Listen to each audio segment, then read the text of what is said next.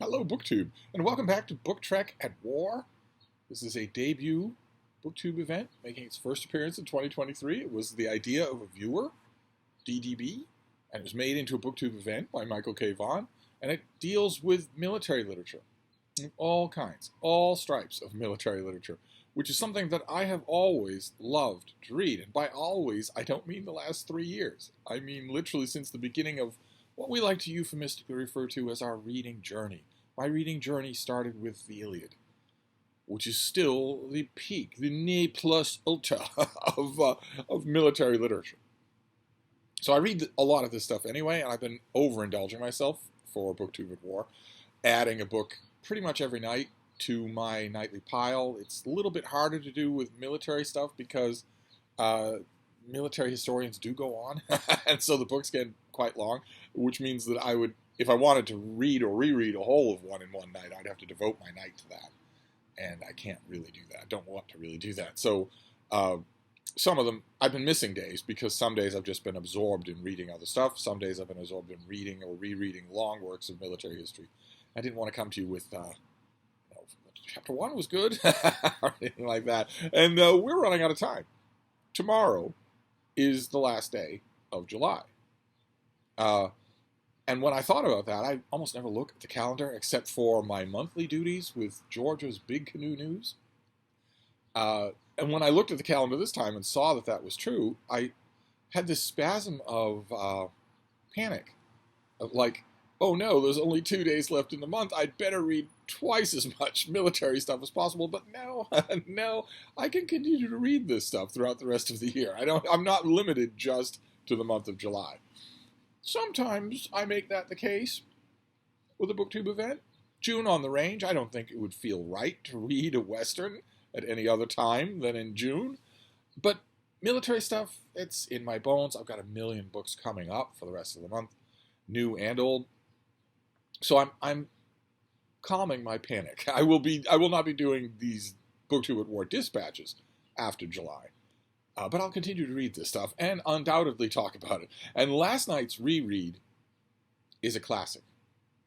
Some titles of military history, for instance, or even military fiction like Gates of Fire or The Killer Angels, some titles of military history become classics.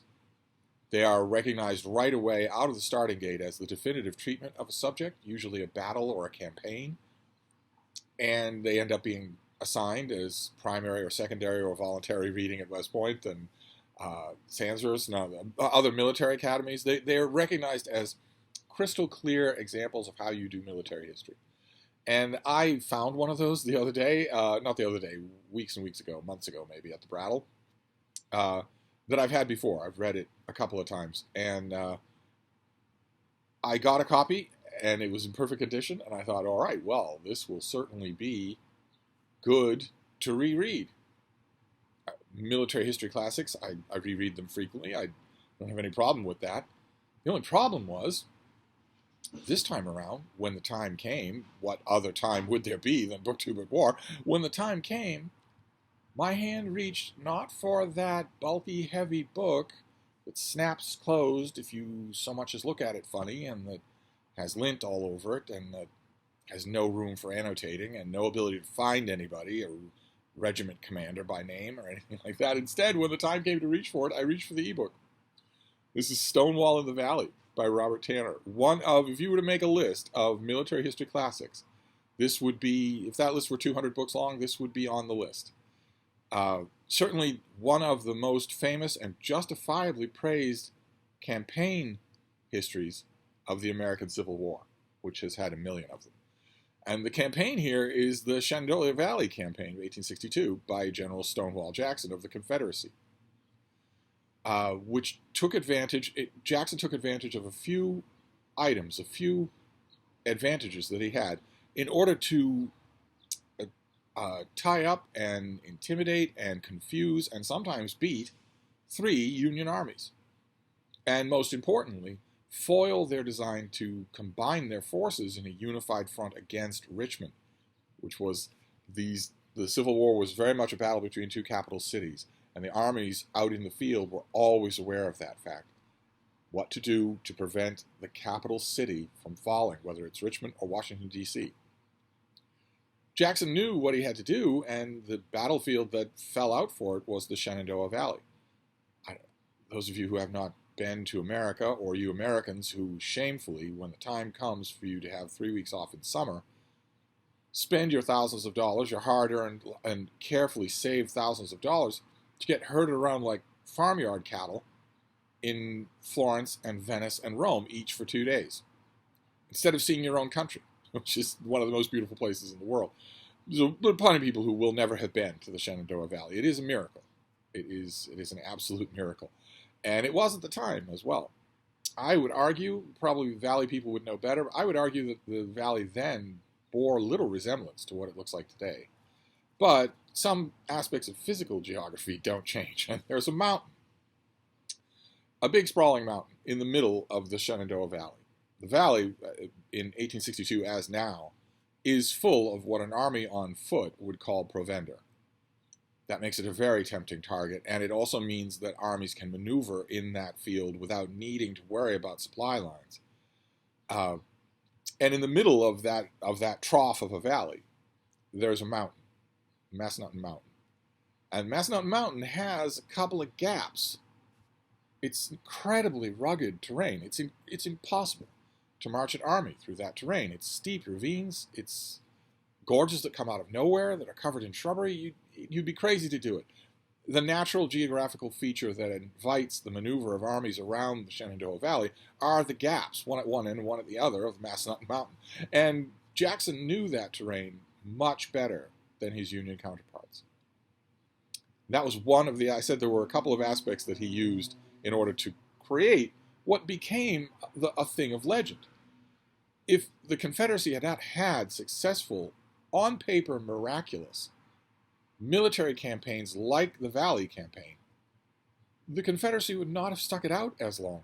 They became infected with the delusion that they were somehow graced with invincibility, though they had far less in the way of manufacture, far less in the way of stores or reserves of manpower.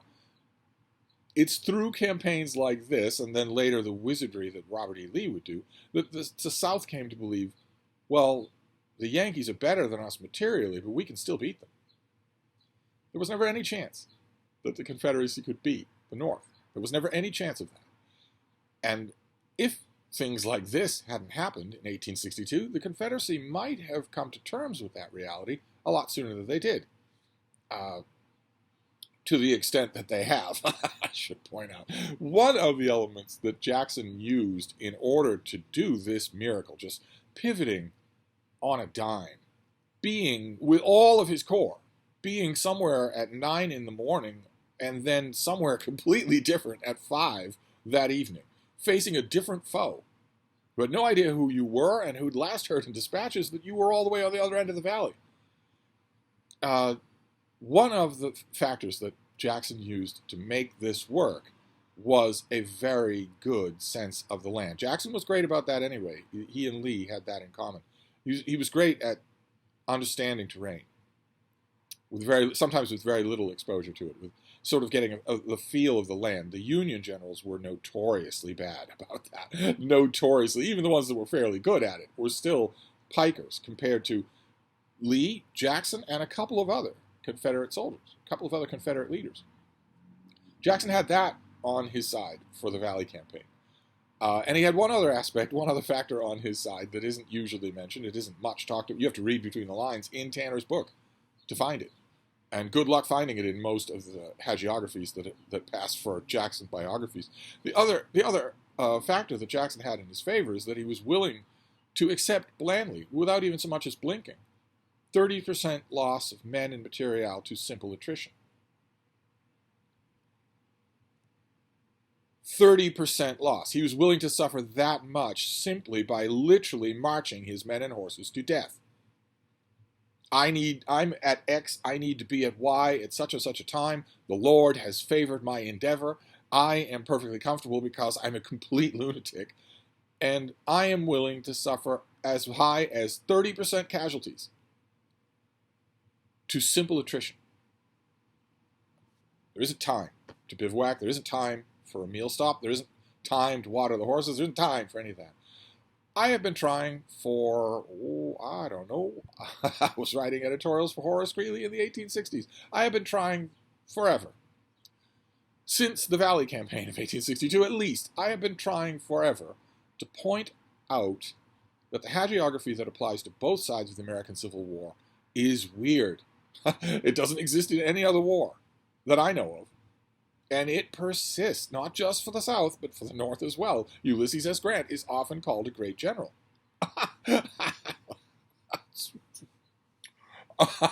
Which is insane. And Jackson is often called a great general. He had his elements of genius, whereas Grant had none.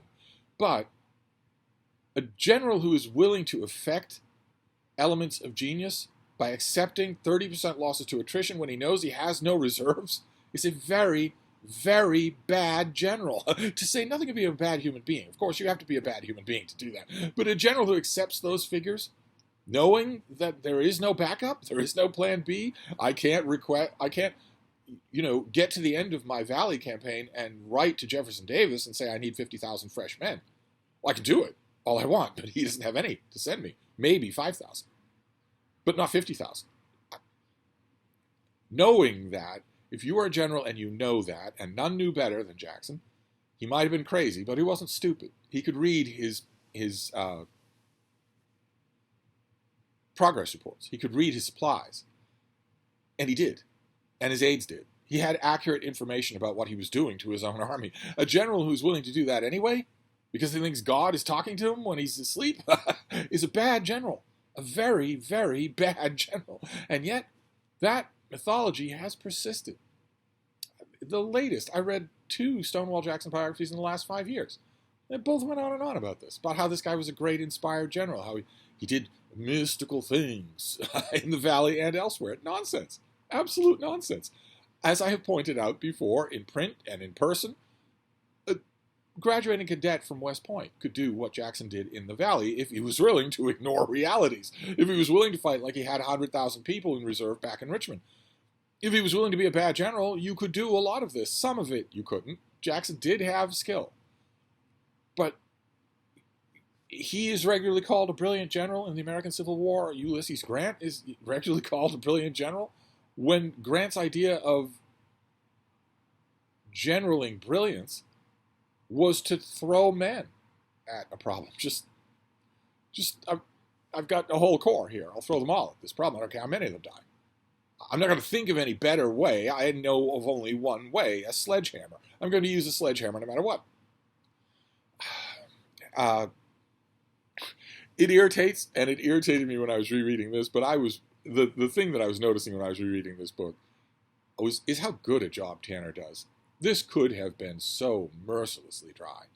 Because it's obvious that before he wrote a single word of this book, he mastered every single last detail.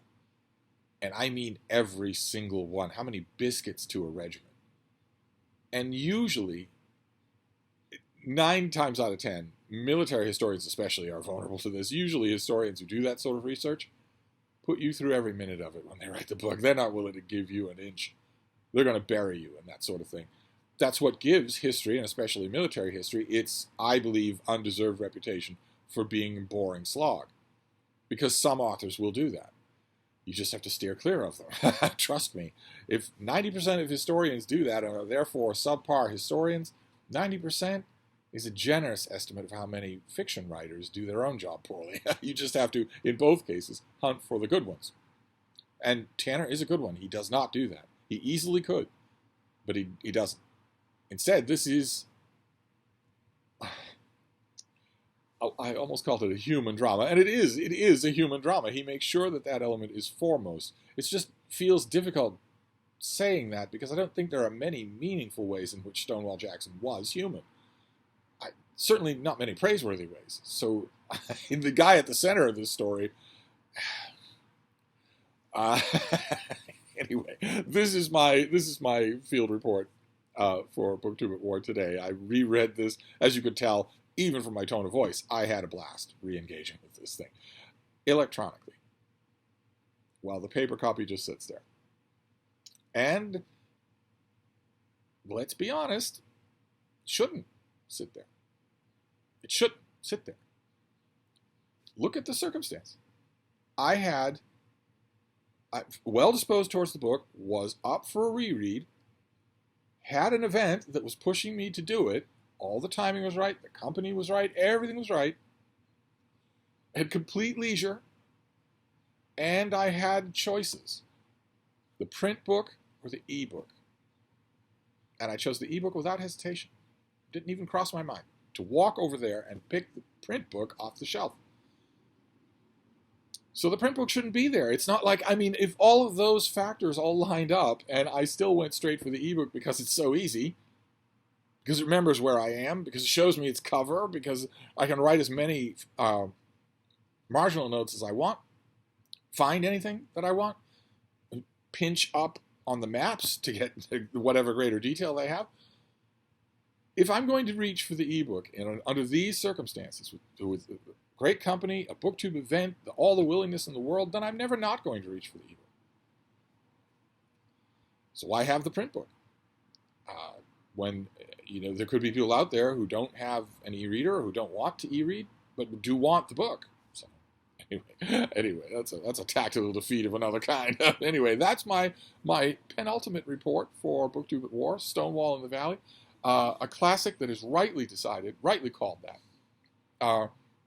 So, a high note, we'll see. Whatever I do tonight will determine what kind of taste BookTube at War is going to leave in my mouth. I'm hoping that I make a good pick for tonight, but I'll let you know tomorrow. Thank you, BookTube.